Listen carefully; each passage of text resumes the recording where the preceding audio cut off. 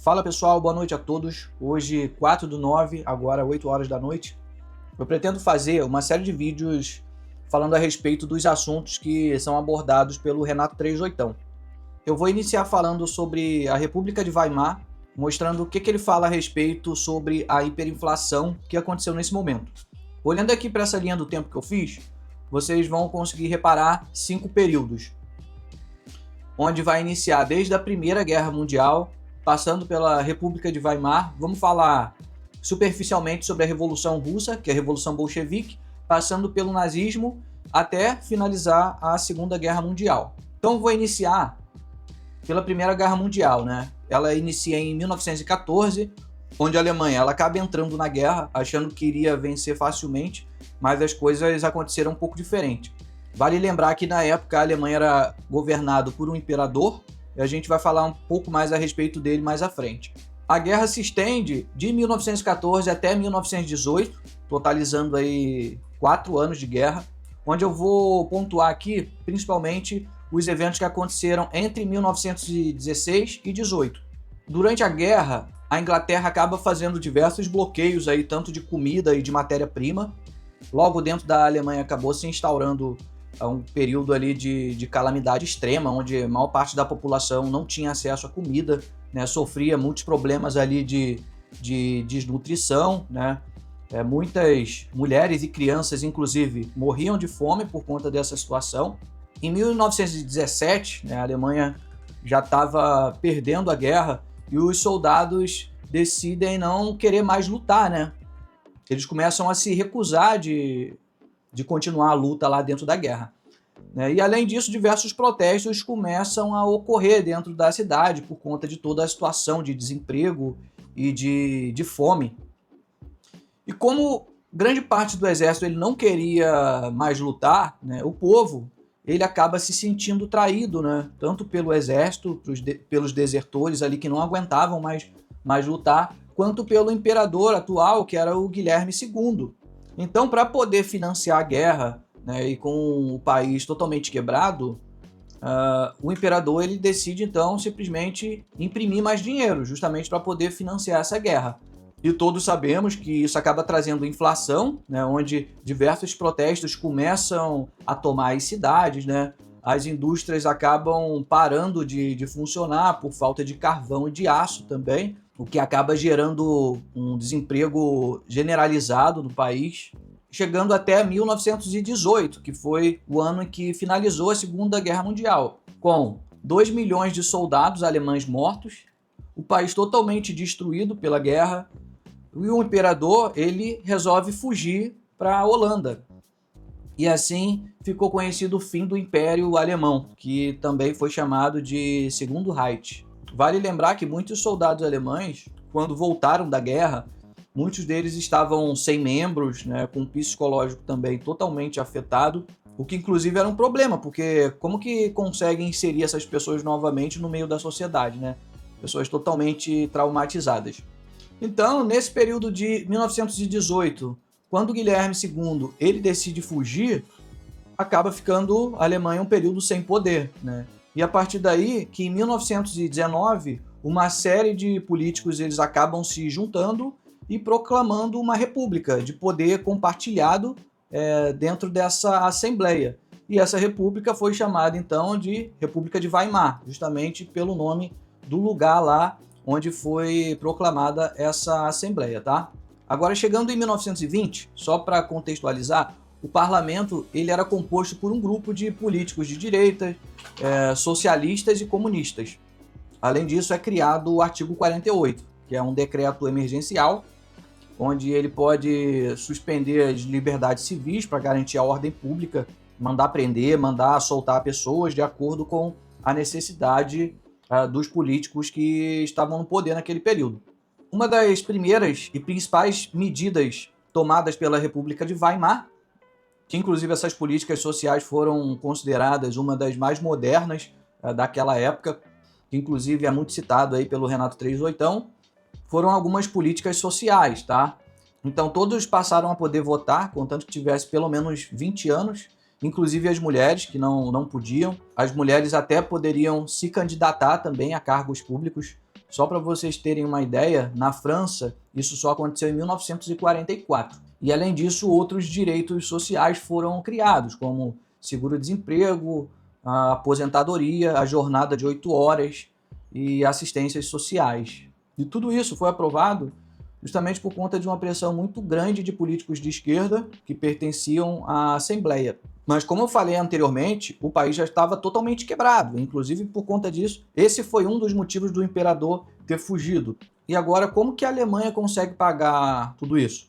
Como você vai arrecadar impostos se grande parte da população estão desempregados? O desempregado, ele acaba arrecadando do Estado e não doando impostos para o Estado, né? Então isso acaba se tornando uma bola de neve. Se a Alemanha estava com tudo fechado, as fábricas e tudo mais, sua indústria destruída, como que eles iam pagar mais, aumentar sua dívida pública, sendo que o país não produz mais?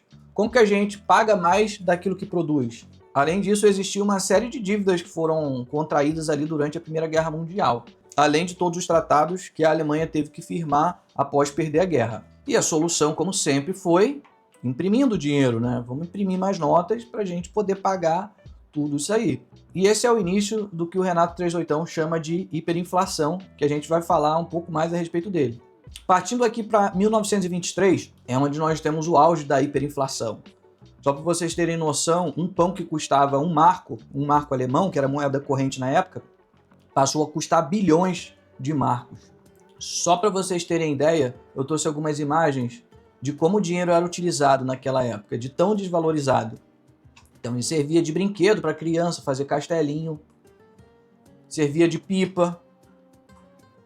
Inclusive os trabalhadores, aqui está a imagem de um trabalhador indo buscar o seu salário, eles chegavam a receber 2 vezes ao dia, porque o dinheiro acabava se desvalorizando muito, e todo mundo saía do trabalho já correndo para poder gastar aquele dinheiro, porque sabia que no dia seguinte ou horas depois ele já iria se desvalorizar. E além disso, imagina o trabalho da galera que trabalhava contando todas essas notas. E tudo isso aconteceu justamente por conta de implementar políticas sociais em um país totalmente quebrado que não está produzindo. Por mais que as intenções elas sejam boas, de tirar a galera da fome, de dar seguro-desemprego, né, de dar assistência social, o país ele precisa produzir para poder garantir tudo isso. E se ele não produz, o tiro acaba saindo pela culatra, não adianta nada, acaba piorando toda a situação.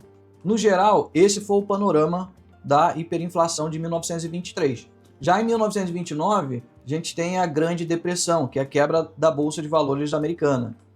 E vale lembrar que nesse período os Estados Unidos emprestava dinheiro para a Alemanha. Isso acabou suspendendo os empréstimos que os Estados Unidos faziam e a Alemanha ficou ainda pior do que já estava, né?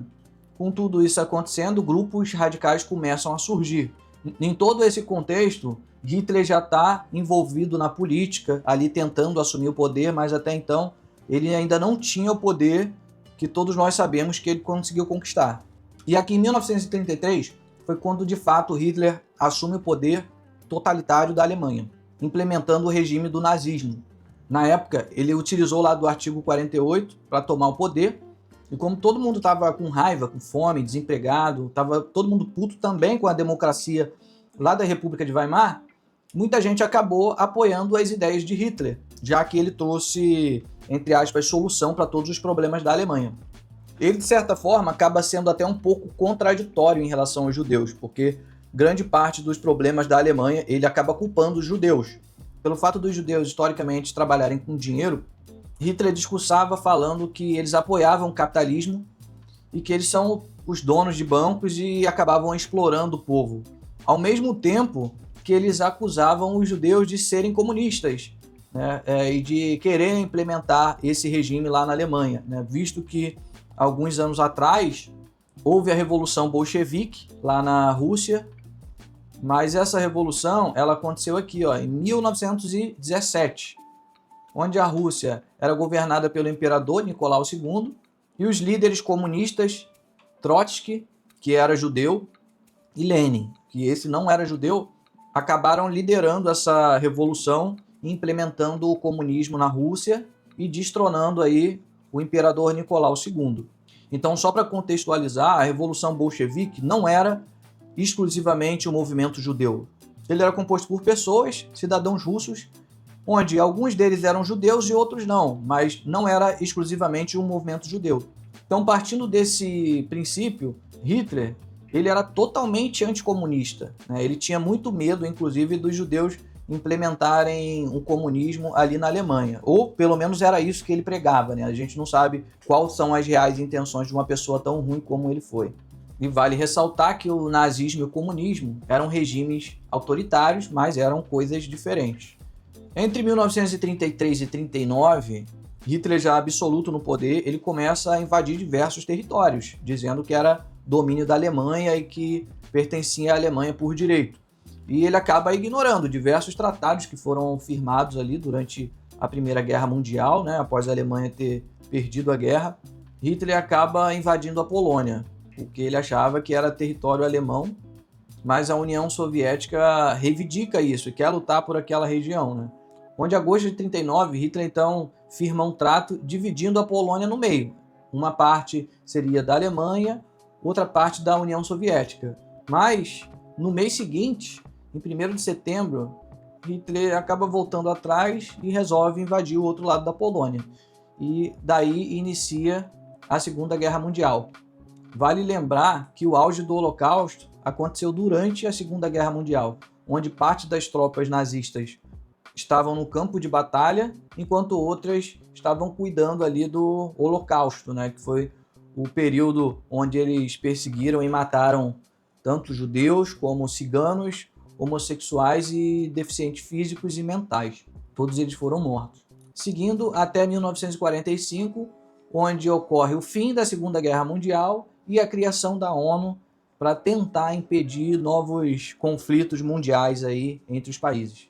Esse foi o panorama principal, tá bom, galera? Espero que tenham gostado aí. Um abraço, valeu e até a próxima. Fui!